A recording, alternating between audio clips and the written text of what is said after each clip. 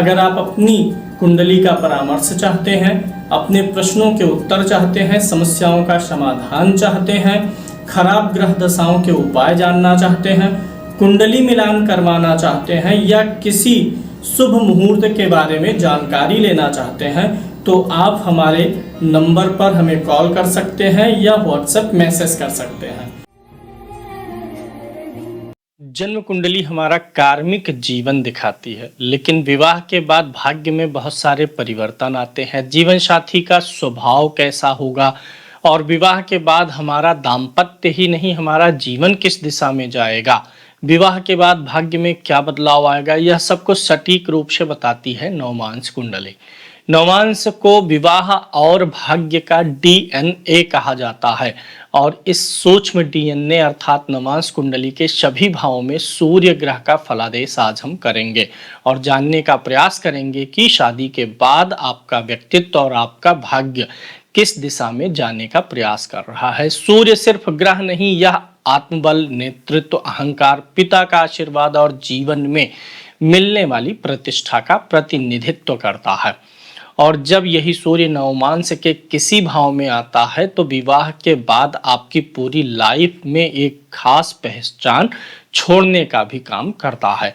Video को like कर दीजिएगा, चैनल को सब्सक्राइब कर दीजिए और नवमांस कुंडली में सूर्य की व्याख्या के पहले भगवान सूर्य का ध्यान करके नमस्कार कर लीजिए और वीडियो को शेयर भी कर दीजिए। एस्ट्रोलॉजी का नया बैच भी प्रारंभ हो गया है। जो लोग ज्योतिष सीखने के इच्छुक हैं बेसिक टू एडवांस लेवल तक के, वो लोग हमसे संपर्क कर सकते हैं। अब हम बारी बारी से नवमांस कुंडली के प्रत्येक भाव में सूर्य ग्रह का कनेक्शन और सूर्य ग्रह का प्रभाव देखेंगे। अगर नवमांस के पहले भाव में सूर्य महाराज बैठे हुए हैं तो विवाह के बाद व्यक्तित्व में तेज आएगा, क्योंकि लगन किस चीज का भाव होता है, व्यक्तित्व का, और सूर्य तेजमान ग्रह है। तो अगर आपके नवमांस के लगन में सूर्य होगा तो आपका जीवन साथी ऑलरेडी तेजमान तो होगा, उसका व्यक्तित्व तेज से भरा होगा, लेकिन विवाह के बाद नवमांस के लगन के सूर्य का तेज आप में भी आ जाएगा।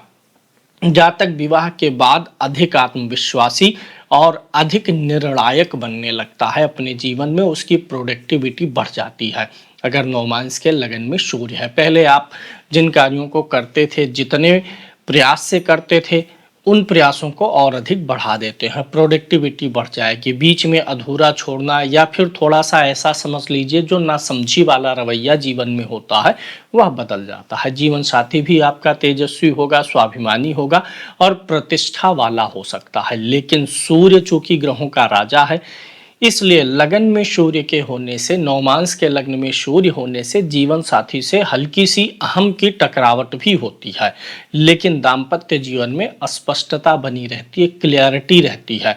आपका जीवन साथी किसी बात को अपने मन में नहीं रखेगा और ना ही आप अपने मन में रखेंगे। जो कुछ होगा एकदम क्लियर और साफ बोलते हैं, स्पष्ट आप लोग बात करते हैं।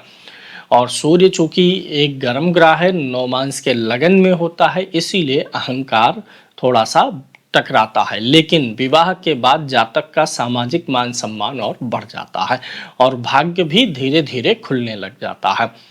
वहीं अगर नवमांस के लगन में सूर्य पाप ग्रस्त होगा, यानी सूर्य बैठा हो, उसके साथ में कोई दूसरा पाप ग्रह हो या सूर्य के आगे पीछे पाप ग्रह होंगे, तो आपका जो जीवन साथी होगा ना, वो हमेशा इस रवैये पर काम करेगा कि मैं ही सही हूँ, मेरे ही विचार सही हैं, मैंने जो बोल दिया वह उस पर झुकने के लिए तैयार नहीं होगा। तो इससे तनाव और अधिक बढ़ जाता है वैवाहिक जीवन में। अन्यथा नॉर्मली सूर्य बैठा है और वह शुभ प्रभाव में है तो यह आपके और आपके जीवन साथी के भाग्य को चमका देता है विवाह के बाद। दूसरे भाव में अगर हम सूर्य के होने की बात करें, नवमांस कुंडली की यहाँ पर चर्चा हो रही है, इस चीज का ख्याल रखना है। तो विवाह के बाद आर्थिक स्थिति में स्थिरता आने लगती है। सूर्य राजा है नवग्रहों का और सूर्य स्थिरता का वैसे भी कारक है। तो सूर्य अगर द्वितीय भाव में बैठा हुआ है तो आपके जीवन साथी की जो वाणी होगी वह रौबदार होगी, लेकिन विवाह के बाद आपकी आर्थिक स्थिति में भी सुधार आएगा, परिवार और रिश्तों में स्थिरता आ जाएगी। आपके जीवन साथी का परिवार प्रतिष्ठित होगा या प्रभावशाली हो सकता है, क्योंकि द्वितीय भाव कुटुंब का होता है और नवमांस कुंडली जीवन साथी का होता है। सूर्य का द्वितीय भाव में होना नवमांस के यह बताता है कि जीवन साथी आपका एक पहुंच वाला या फिर प्रतिष्ठित परिवार है, या उसके घर में सरकारी कामकाज करने वाले लोग ज्यादा हों, यहाँ पर यह संकेत मिलता है। द्वितीय भाव वाणी का है, अगर यहाँ पर सूर्य बैठा है तो आपके जीवन साथी की वाणी तेज, स्पष्ट और रौबदार होने वाली है। और अगर नवमांस के द्वितीय भाव में सूर्य हो तो आपके जीवन साथी की आदत होती है कि वह बातों को बीच से काटे, बात काटने की आदत, पूरी बात ना सुने, बीच में ही बोले। और विवाह के बाद यह स्थिति आप में भी आने की संभावना रहती है, जिसके कारण से आप, आपका जीवन साथी, दोनों के लिए कुटुंब से थोड़ा सा तालमेल बनाने में दिक्कत आता है, यानी कुटुंब से तनाव होने का योग बन जाता है। विवाह बाद जातक अपनी जिम्मेदारियों को ढोने का पूरा प्रयास करता है, यानी जिम्मेदार बनता है, और धन कमाने की ही नहीं, धन बचाने की भी इच्छा प्रबल होने लग जाती है। द्वितीय भाव में सूर्य हो और शुभ प्रभाव में हो, बृहस्पति हो और बुध हो, शुक्र हो उसके साथ हो, या दृष्टि डाल रहे हो, तो ऐसे में आपका जीवन साथी परिवार को साथ लेके चलने वाला हो जाता है। तीसरे भाव में अगर सूर्य महाराज बैठे हुए हैं नवमांस कुंडली के, तो क्या फल करेंगे? तीसरा भाव साहस का है, आत्मनिर्भरता का है, परिश्रम का है और संवाद का है। तो यहाँ पर अगर सूर्य महाराज बैठे हैं तो विवाह बाद आपके साहस में, आपकी आत्मनिर्भरता में बढ़ोतरी होने लगती, आप आत्मनिर्भर होने की दिशा में बहुत आगे बढ़ सकते हैं। और साथ ही साथ आपका जीवन साथी साहसी होगा, खुले स्वभाव का होगा, स्पष्ट वक्ता होगा और कभी कभी जिद्दी भी हो सकता है। विवाह के बाद जातक का साहस तो बढ़ता है, जोखिम लेने की क्षमता भी बढ़ जाती है। दाम्पत्य में दोनों अपनी बात खुलकर रखते हैं और इसी कारण से कभी कभी बहस भी दोनों के बीच में होती है, लेकिन रिश्तों में पारदर्शिता बनी रहती है। सूर्य यहाँ छोटे यात्राओं, प्रयासों, कैरियर में सफलता भी दिलाता है। अगर आपके नवमांस में सूर्य तीसरे भाव में है तो विवाह के बाद निश्चित रूप से आप अधिक जिम्मेदारी, अधिक मेहनती और कैरियर में सफल होने के लिए अधिक प्रयास करते रहेंगे। भाई बहनों के दृष्टिकोण से अगर हम देखें तो यहाँ पर नेतृत्व आप अपने भाई बहनों का करने लग जाते हैं। अगर तीसरे भाव में सूर्य बैठा हुआ है नवमांस के, तो विवाह के बाद आप अपने भाई बहनों पर भी अधिक ध्यान देने लग जाते हैं। अगर नवमांस कुंडली के चतुर्थ भाव में सूर्य बैठा हुआ है तो क्या करेगा? घर का सुख देगा, गाड़ी का सुख देगा, प्रतिष्ठा भी दिलाएगा, जिम्मेदारियां भी आप लेंगे, जीवन साथी आपका सम्मान भी करेगा, लेकिन आप अपने जीवन साथी को समय कम दे पाएंगे, क्योंकि नवमांस होता है दाम्पत्य का और चौथा भाव होता है सुख का, यानी दाम्पत्य का सुख नवमांस का चौथा भाव है। और सूर्य राजा है चूंकि, इसलिए यह एक व्यस्त ग्रह होता है, राजा के पास समय अभाव होता है। तो यहाँ पर सूर्य के बैठने से ऐसे लोग अपने जीवन साथी को समय थोड़ा कम दे पाते हैं, जिसके कारण से उनके जीवन साथी को कभी कभी ऐसा भी लगता है कि उनका जीवन साथी उन्हें प्रेम नहीं कर पा रहा है। लेकिन जीवन साथी सम्मानित परिवार से होगा, उसका स्वभाव गरिमामयी वाला होगा, चौथे भाव में सूर्य हो तो व्यक्ति अपनी आदत और हरकतों को गरिमा में नियंत्रित करके रखता है, मर्यादा में रहता है। विवाह के बाद जातक को घर, वाहन, संपत्ति आदि की वृद्धि पूर्ण रूप से संभव होती है। माँ और गृहस्थी की जिम्मेदारी जीवन का केंद्र बन जाती है। अगर सूर्य चतुर्थ भाव में है नवमांस कुंडली में, तो चतुर्थ भाव परिवार का भी होता है, और नवमांस के चौथे में सूर्य है तो जब आपका विवाह होगा तो जो आपकी पत्नी आएंगी, आपकी पत्नी और आपकी माँ दोनों मिल करके पूरे घर पे राज करती हैं, पूरे जिम्मेदारी का वहन करती हैं। सूर्य यहाँ घर का मुखिया जैसा रुख देता है, इसीलिए जिससे घर में, परिवार में जो है आपका जीवन साथी और आपकी माँ अंतिम निर्णय लेने वाली व्यक्ति बन जाती हैं। सूर्य यदि पीड़ित तो होगा यहाँ पर तो माँ के सुख और स्वास्थ्य में जो है उतार चढ़ाव आने की संभावना विवाह के बाद दिखाई देती है। अगर सूर्य महाराज पंचम भाव में बैठे हुए हैं तो पंचम भाव किस चीज का है? प्रेम का है, बुद्धि का है, संतान, सौभाग्य आदि का होता है।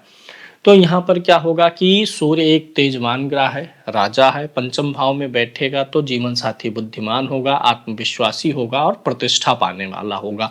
विवाह बाद संतान का तो प्रबल योग होगा, लेकिन जो संतान होगी वह बड़ी तेजस्वी होगी और संतान समाज में आपकी नाम कमाने वाली होगी।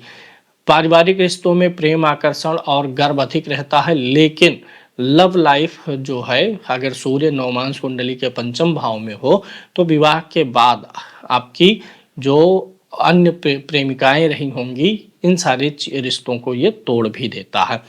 और जिसके नवमांश के पंचम भाव में सूर्य बैठा हो, उस व्यक्ति का जीवन साथी पराई स्त्रियों या पराई पुरुषों की तरफ कम ही आकर्षित होते हैं, इन सारे बवालों से दूर रहना पसंद करते हैं। जातक विवाह के बाद रचनात्मक कार्यों में चमक जाता है। लेकिन अगर सूर्य वहीं पर अशुभ हो, पंचम भाव में नीच का हो, पाप पीड़ित होगा, तो ऐसे व्यक्ति खराब प्रेम के जाल में फंस जाते हैं, जिद्दी होते हैं और संतान उनको देर से प्राप्त होती है। अगर सूर्य छठे भाव में बैठा हुआ है नवमांश कुंडली के, तो क्या होगा, विवाह में जिम्मेदारी और संघर्ष दोनों आपको प्राप्त होने वाले हैं। जीवन साथी आपका कर्मठ होगा, पर उसकी वाणी जो होती है वह कठोर हो जाती है। अगर छठे भाव में सूर्य बैठा हुआ है तो यह भी बहुत ज़्यादा संभव है कि आपका जीवन साथी अच्छी नौकरी करने वाला हो जाए। विवाह बाद जातक के जीवन में कर्तव्य, सेवा और संघर्ष ये बढ़ जाते हैं। सूर्य यहाँ स्वास्थ्य, ऋण या दाम्पत्य में ईगो संबंधी चुनौतियां भी दे सकता है, लेकिन जातक इन संघर्षों पर अपनी ऊर्जा, नेतृत्व और बुद्धि के बल पर विजय प्राप्त कर लेता है।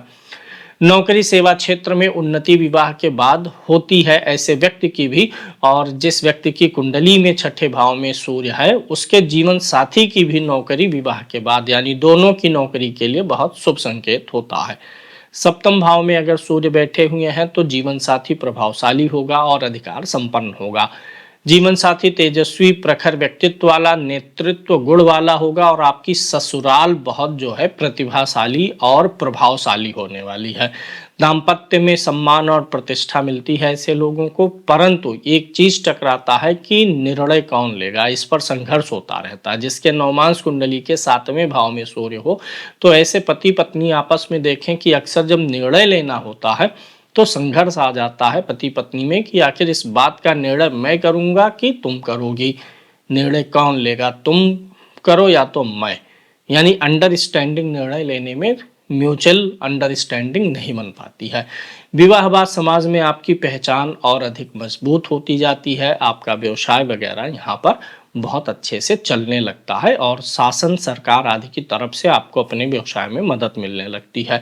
सूर्य यहाँ सार्वजनिक जीवन, व्यापार और साझेदारी में सफलता को दर्शाता है। अगर सूर्य अशुभ स्थिति में होगा तो दाम्पत्य जीवन में, यानी विवाह के बाद आपके और आपके जीवन साथी के बीच परिवार के निर्णयों को लेकर के और नियंत्रण को लेकर के लड़ाई, विवाद और तनाव हो सकता है।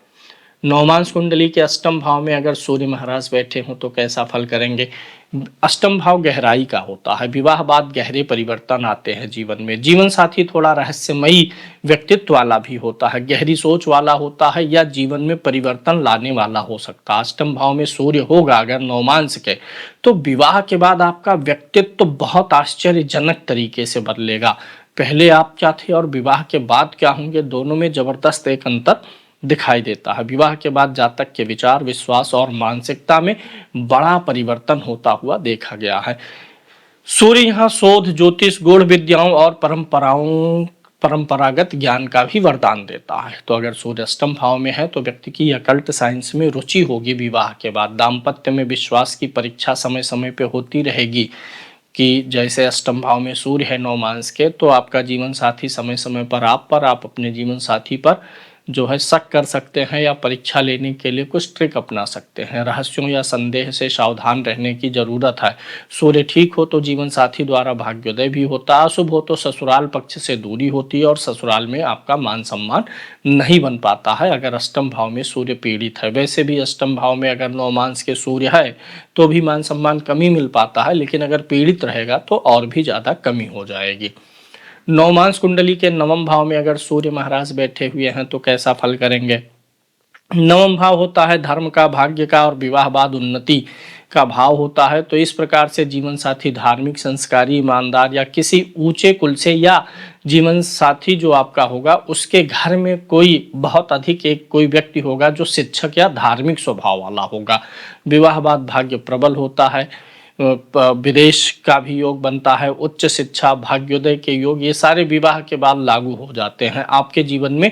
अगर सूर्य आपका नवमांश कुंडली के नवम भाव में है तो विवाह के बाद आपके ऊपर ब्लेसिंग्स आना शुरू हो जाती है, पिता का आशीर्वाद, पिता समान व्यक्तियों का, ससुर का, गुरु का, इन सब का आशीर्वाद आपको विवाह के बाद फलित होना शुरू हो जाता है।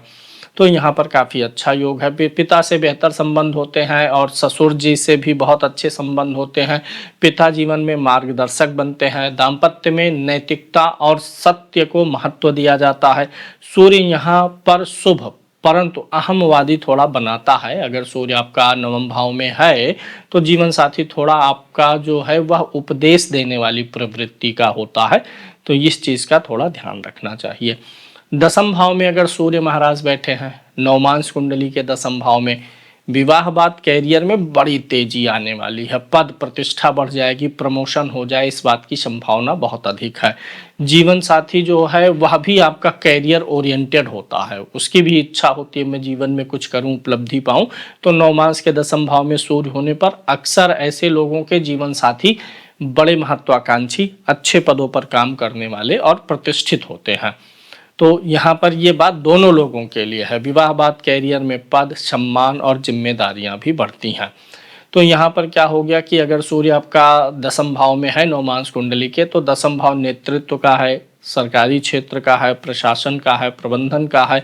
तो ये सारी चीज़ें विवाह के बाद आपके जीवन में बहुत ही अच्छा फल करने लग जाती हैं। लेकिन दसम भाव में सूर्य के होने से दाम्पत्य में काम पहले वाली प्रवृत्ति से समय संतुलित रखें। यानी कि अगर नवमांश कुंडली के दसम भाव में सूर्य है तो जो आपका जीवन साथी होगा ना, उसके अंदर यह भावना होगी कि काम पहले और पर्सनल रिलेशन बाद में, यानी कि वो थोड़ा सा काम की व्यस्तता के कारण आपका जीवन साथी आपको समय कम दे पाए, ऐसा हो सकता है। अगर सूर्य यहाँ पर अशुभ होगा दसम भाव में तो विवाह के बाद ही आपके पद और प्रतिष्ठा में तुरंत गिरावट हो सकती है। मान लीजिए नवमांश कुंडली के दसम भाव में सूर्य नीच का है तो विवाह होते ही आप देखेंगे कि आपके कार्य क्षेत्र में परेशानियां आ सकती हैं। इसी प्रकार से अगर सूर्य एकादश भाव में बैठे हुए हैं तो क्या होगा, लाभ मिलेगा, मित्रता और सामाजिक उन्नति, जीवन साथी आपका जो है आपको एक मित्र की तरीके से व्यवहार करेगा, सहयोगी की तरीके से काम करेगा, नेटवर्किंग आपकी मजबूत हो जाएगी। विवाह बाद जातक की आय, सम्मान और सामाजिक दायरा बढ़ने लग जाता है अगर एकादश भाव में नवमांश के सूर्य हो। सूर्य यहाँ लाभ देने वाला, मित्रों, संगति और इच्छा पूर्ति में वृद्धि करने वाला होता है, दाम्पत्य में सहयोग की भावना भी बनाता है, पर कभी कभी सपनों की ऊंचाई अधिक करा देता है। बड़े भाइयों से संबंध में सुधार या वर्चस्व की लड़ाई हो सकती है। साथ ही साथ अगर सूर्य नवमांश कुंडली के एकादश भाव में हो तो अगर पुरुष की कुंडली है तो जातक का अपने बड़े साले से थोड़ा सा संबंध अच्छा नहीं रह पाता है। द्वादश भाव में अगर हम सूर्य के फलादेश पर विचार करें तो द्वादश भाव विदेश, आध्यात्म और एकांत की ओर जो है इंडिकेशन देता है। सूर्य इसमें बैठेगा तो आपका झुकाव जो है विवाह के बाद विदेश जाने की इच्छा हो सकती है, थोड़ा आध्यात्मिक झुकाव भी बढ़ेगा और एकांत में रहने की इच्छा भी बढ़ेगी। जीवन साथी आपका आध्यात्मिक होगा, शांत स्वभाव वाला होगा या विदेशी पृष्ठभूमि से भी हो सकता है, या उसके जीवन साथी के घर का कोई व्यक्ति विदेश में रहता हो, ऐसा भी हो सकता है। विवाह बाद जातक का झुकाव ध्यान आदि करने में भी चल जाता है, वो ध्यान आदि करने के बारे में सोचता है, एकांत कार्यों की ओर जाना चाहता है। सूर्य यहाँ लेन देन, खर्चों और मानसिक शांति को प्रभावित कर सकता है। सूर्य अगर 12वें भाव में है आपके तो विवाह के थोड़े समय बाद आपकी जो है नींद थोड़ी सी परेशान करने वाली हो जाती है, नींद की समस्या हो जाती है। विदेश में या दूरस्थ स्थान पर भाग्योदय के संकेत भी मिलते हैं। आपका संबंध थोड़ा सा अपने पिता से और अपने ससुर से, दोनों संबंधों में थोड़ी सी दूरी का अनुभव होता है। अगर सूर्य 12वें भाव में है नवमांश कुंडली में तो ऐसे जातक का जो जीवन साथी होता है वह उसके पिता से कभी कभी लड़ाई झगड़ा होने का योग होता है। यानी सूर्य अगर नवमांश के 12वें में है और आप पुरुष हैं तो आपकी पत्नी का आपके पिता से अहंकार जो है वह टकराने की संभावना बहुत अधिक बन जाती है। इसलिए जो है विवादों को और मन की मलिनता को दूर करके अगर 12वें नौमांस में सूर्य है तो आपके जीवन साथी को सभी के साथ मिलजुल के और अहंकार का त्याग करके बातचीत करना चाहिए। सूर्य के नौमांस के सभी भावों में फलादेश को मैंने आपको यहाँ पर स्पष्ट किया है। ऐसे बारी बारी सभी ग्रहों का फलादेश नौमांस कुंडली के सभी भावों में मैं लेकर के आपके लिए आऊँगा। धन्यवाद।